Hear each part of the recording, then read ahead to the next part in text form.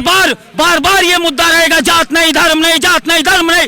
और जैसे ही चुनाव आएगा जात का गठबंधन, जैसे ही चुनाव आएगा धर्म का गठबंधन, तब बिहार कहां चला जाता है, तब बिहार का गांव कहां चला जाता है, बिहार के ब्लॉक में लूटता दलाल पे आवाज उठाने वाले विधायक कहां मर जाते हैं, सदन में जाके सांसद में बोलने वाले मेरे बिहार के आज हिस्से पानी में डूब रहा है। मुकेश सहनी को भगा दिया गया और मुकेश सहनी निर्लज्ज है, बेशरम है मुकेश सहनी, जो सहनी समाज के अपमान को देखकर शांत रह गए। बिहार की वो बंदूक पुरानी थी, नाम था फूलन देवी, वो चंबल की रानी थी। उस चंबल की रानी जिसको आदरणीय मुलायम सिंह यादव ने सदन तक पहुंचाया, उसके प्रतिमा के साथ योगी जी किस तरह का खिलवाड़ किए। सन ऑफ मल्लाह बनते हैं, सन ऑफ मल्लाह कहा गया, कहा गया मल्लाह के मुद्दे। फूलन देवी का अपमान मल्लाह का अपमान नहीं, इस देश की नारी शक्ति का अपमान है, इस देश के भारतवर्ष का अपमान है।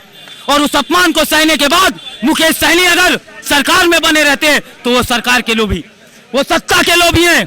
जातिगत जनगणना कहते हैं ना कि उसको याद दिला देंगे कि उसकी शक्ति क्या है। अगर उसकी जनगणना उसके पास आ जाती है तो उसको उसकी शक्ति का पता चलेगा। और हम मांग करेंगे कि जिसकी जितनी हिस्सेदारी होगी उसकी उतनी हिस्सेदारी सरकार में तय होगी, उतनी उसकी हिस्सेदारी चुनाव में तय होगी, उतनी उसकी हिस्सेदारी सदन में तय होगी, उतनी उसकी हिस्सेदारी ग्राम पंचायत में तय होगी। अब हरदम उस तबके की आवाज उठाए जिसकी आवाज कोई नहीं सुनता। गोदी मीडिया जिसको दबाने का काम करता उसको आप उठाने का काम करते, इसलिए अपने गांव की पीड़ा बता रहे हैं।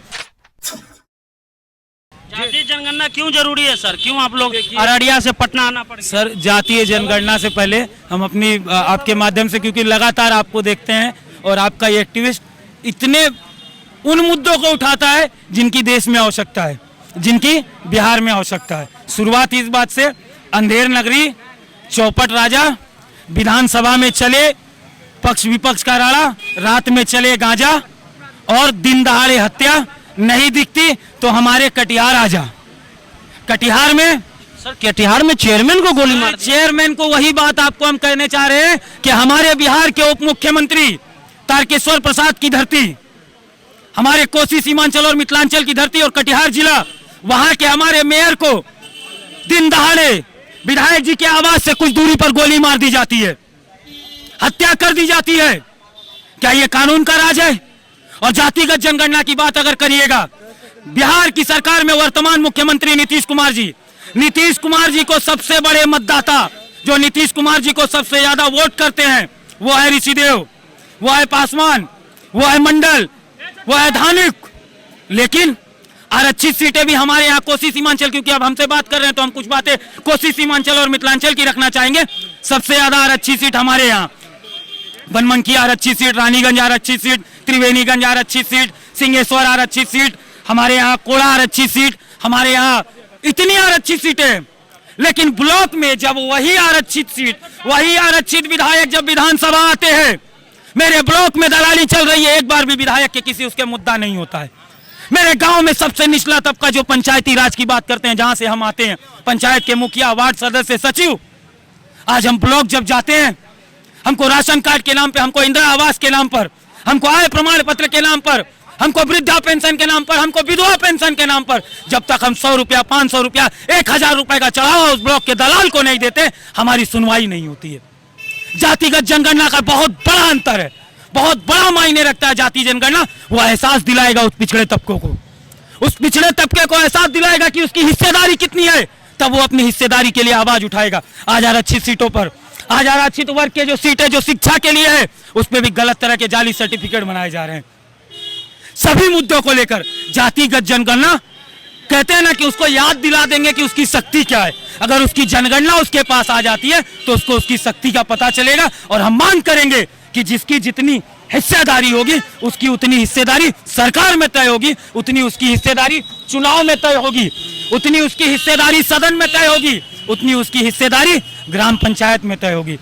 महंगाई के जितनी हिस्सेदारी उसको उतनी भागीदारी, बिल्कुल, जिसकी जितनी हिस्सेदारी वो बहुत जरूरी है सर। आज के वर्तमान परिस्थिति में हम पूछना चाहेंगे, आज से कुछ दिन पहले हमारे आप ही के बड़े भाई जिनको हम मानते हैं, फूलन देवी का कवरेज करने उत्तर प्रदेश गए थे।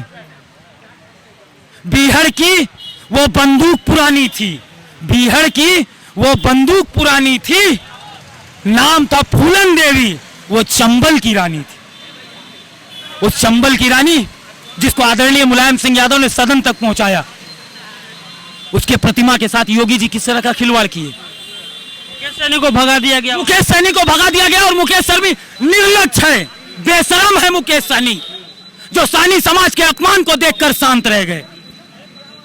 सहनी समाज के उसको देखकर शांत रह गए। अविलंब उनको इस्तीफा दे देना चाहिए। मंत्री पद से इस्तीफा नहीं देंगे उन साहब का। मंत्री पद से इस्तीफा नहीं देंगे तो राजनीति का लोभ है। तब उस जिस जाति का सन ऑफ मल्लाह बनते हैं, सन ऑफ मल्लाह कहा गया, कहा गया मल्लाह के मुद्दे। फूलन देवी का अपमान मल्लाह का अपमान नहीं, इस देश की नारी शक्ति का अपमान है, इस देश के भारतवर्ष का अपमान है।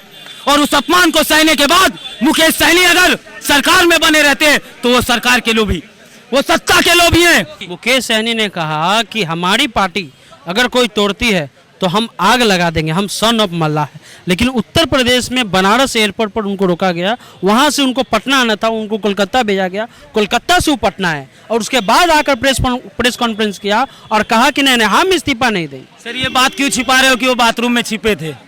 ये बात से आप इनकार क्यों कर रहे हैं कि उनके नेता घर में छुपे हुए थे? योगी आदित्यनाथ को चैलेंज करना चाहिए उस समय उन लोगों को। और अगर आप वहां पे योगी आदित्यनाथ की सरकार आपको रोकती है और आप यहाँ योगी आदित्यनाथ की सरकार भाजपा जदयू के गठबंधन में रहते हैं, अरे शर्म निर्लज्जता की अगर एक कदर भी कोटी अगर उनके अंदर सन ऑफ मल्लाह के अंदर होगी तो वो सरकार से रिजाइन देंगे। और हम कहते हैं गठबंधन को रिजाइन दे। पुनः चुनाव की बात करें बिहार में, बिना गठबंधन के चुनाव में आए सब लोग, ये सारे लोग गठबंधन की राजनीति करते हैं, जातिगत बार बार ये मुद्दा रहेगा, जात नहीं धर्म नहीं, जात नहीं धर्म नहीं। और जैसे ही चुनाव आएगा जात का गठबंधन, जैसे ही चुनाव आएगा धर्म का गठबंधन, तब बिहार कहां चला जाता है, तब बिहार का गांव कहां चला जाता है, बिहार के ब्लॉक में लूटता दलाल पे आवाज उठाने वाले विधायक कहां मर जाते हैं, सदन में जाके सांसद में बोलने वाले मेरे बिहार के आज हिस्से पानी में डूब रहा है। मेरा अररिया का हिस्सा नेपाल का बॉर्डर पड़ता है, बेला, बसमतिया, बबुआन, गुरना, पतरहा, आप कुशेश्वर स्थान के दोनों प्रखंड ले लीजिए, पूर्वी और पश्चिमी। हमारी जिंदगी ने कौन कर दी? हमारे सांसद कोसी और सीमांचल और मिथिलांचल की आवाज उठाने वाले राजेश रंजन उर्फ पप्पू यादव याद आता है। बिहार को, पूरे बिहार को याद आता है राजेश रंजन उर्फ पप्पू यादव। बाढ़ में निकलता था, लोगों की सेवा करता था, पटना के बाढ़ में लोगों को खाना पानी दूध देने का काम किया। लेकिन वही चुनाव में ये जाति, यही बिहार की जाति तबाह और नाश कर दिया है। लेकिन आवाज उठाने वाला कोई नहीं है। आज हमारी हालत सर सुंदरबन जैसी है। एक्टिविस्ट न्यूज के माध्यम से, मैं इसलिए आपके माध्यम से आप हरदम उस तबके की आवाज उठाए जिसकी आवाज कोई नहीं सुनता। गोदी मीडिया जिसको दबाने का काम करता, उसको आप उठाने का काम करते। इसलिए अपने गांव की पीड़ा बता रहे हैं, अपने कोसी सीमांचल मिथिलांचल की पीड़ा। सुंदरबन वाली हालत हो गई है सर हमारी। हम कार नहीं खरीदते हैं, हम नाव खरीदते हैं। लोग आज के समय में कार खरीद रहा है, हम नाव खरीदते हैं। 50,000 60,000 में नाव। हाथ जोड़ते हैं नीतीश कुमार जी, हाथ जोड़ते हैं बिहार के विधायक और सांसदों से, हमको कंसेशन दीजिए नाव खरीदने में। हमारे गांव की हालत बंगाल के मधुबन जैसी हो गई है सर। हम एक गांव से दूसरे गांव जाने के लिए सड़क पर नहीं है, हम एक गांव से दूसरे गांव जाने पर नाव पर निर्भर हो गए हैं। वही नाव हमारी सब कुछ बनी हुई है।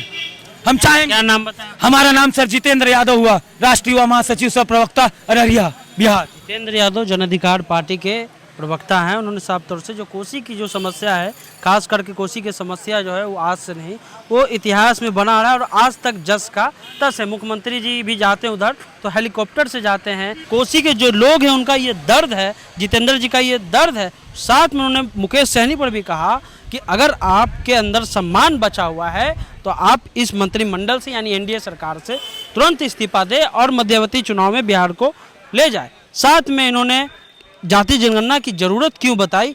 इन्होंने कहा कि जिसकी जितनी हिस्सेदारी होगी, जितनी जिसकी जनसंख्या होगी, उतनी उसको भागीदारी मिलनी चाहिए और ये उसका मात्र एक उपाय है, जातिगत जनगणना। वीडियो कैसा लगा? यूट्यूब चैनल को सब्सक्राइब कर लीजिए, फेसबुक पेज को लाइक कर लीजिए।